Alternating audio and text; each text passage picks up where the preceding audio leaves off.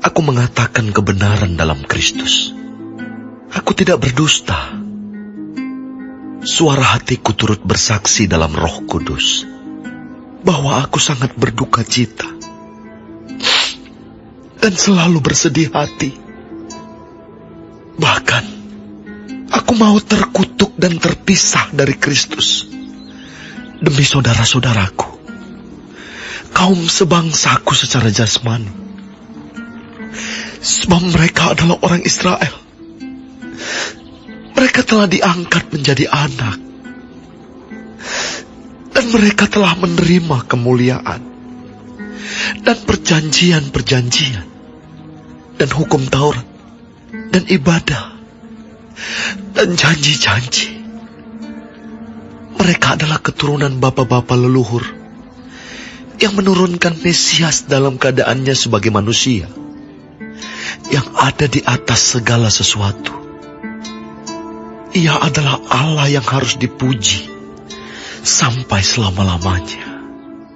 Amin. Akan tetapi firman Allah tidak mungkin gagal, sebab tidak semua orang yang berasal dari Israel adalah orang Israel, dan juga tidak semua yang terhitung keturunan Abraham adalah anak Abraham, tetapi yang berasal dari Ishak yang akan disebut keturunanmu.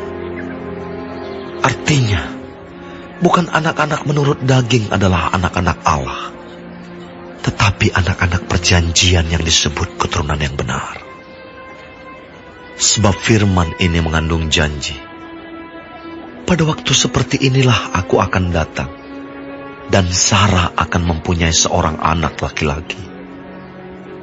Tetapi bukan hanya itu saja.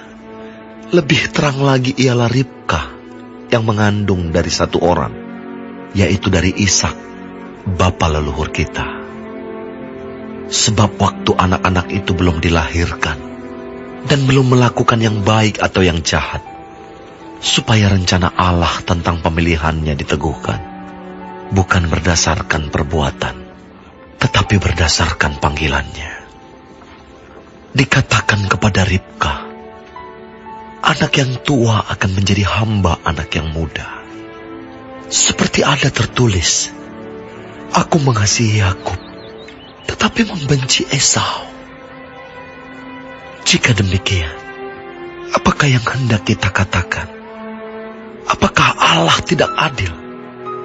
Mustahil. Sebab ia berfirman kepada Musa, aku akan menaruh belas kasihan kepada siapa aku mau menaruh belas kasihan, dan aku akan bermurah hati kepada siapa aku mau bermurah hati. Jadi hal itu tidak tergantung pada kehendak orang atau usaha orang, tetapi kepada kemurahan hati Allah. Sebab kitab suci berkata kepada Firaun, itulah sebabnya aku membangkitkan engkau, yaitu supaya aku memperlihatkan kuasaku di dalam engkau, dan supaya namaku dimasyurkan di seluruh bumi. Jadi, ia menaruh belas kasihan kepada siapa yang dikehendakinya, dan ia mendegarkan hati siapa yang dikehendakinya. Sekarang, kamu akan berkata kepadaku, jika demikian, apalagi yang masih disalahkannya? Sebab siapa yang menentang kehendaknya? Siapakah kamu, hai manusia, maka kamu membantah Allah? Dapatkah yang dibentuk berkata kepada yang membentuknya, mengapakah engkau membentuk aku demikian? Apakah tukang periuk tidak mempunyai hak atas tanah liatnya untuk membuat dari gumpal yang sama suatu benda untuk dipakai guna tujuan yang mulia, dan suatu benda lain untuk dipakai guna tujuan yang biasa? Jadi, kalau untuk menunjukkan murkanya dan menyatakan kuasanya, Allah menaruh kesabaran yang besar terhadap benda-benda kemurkaannya yang telah disiapkan untuk kebinasaan, justru untuk menyatakan kekayaan kemuliaannya atas benda-benda belas kasihannya yang telah dipersiapkannya untuk kemuliaan, yaitu kita yang telah dipanggilnya, bukan hanya dari antara orang Yahudi, tetapi juga dari antara bangsa-bangsa lain. Seperti yang difirmankannya juga dalam kitab Nabi Hosea, yang bukan umatku akan kusebut umatku, dan yang bukan kekasih, kekasih. Dan di tempat di mana akan dikatakan kepada mereka, kamu ini bukanlah umatku, di sana akan dikatakan kepada mereka, anak-anak Allah yang hidup.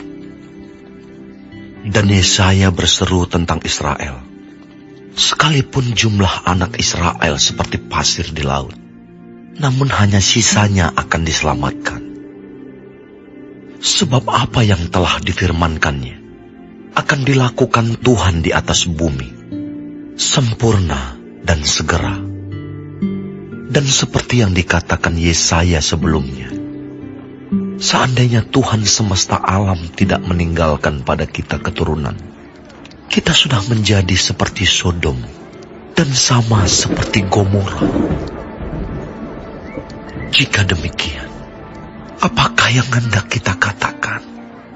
Ini, bahwa bangsa-bangsa lain yang tidak mengejar kebenaran telah beroleh kebenaran, yaitu kebenaran karena iman.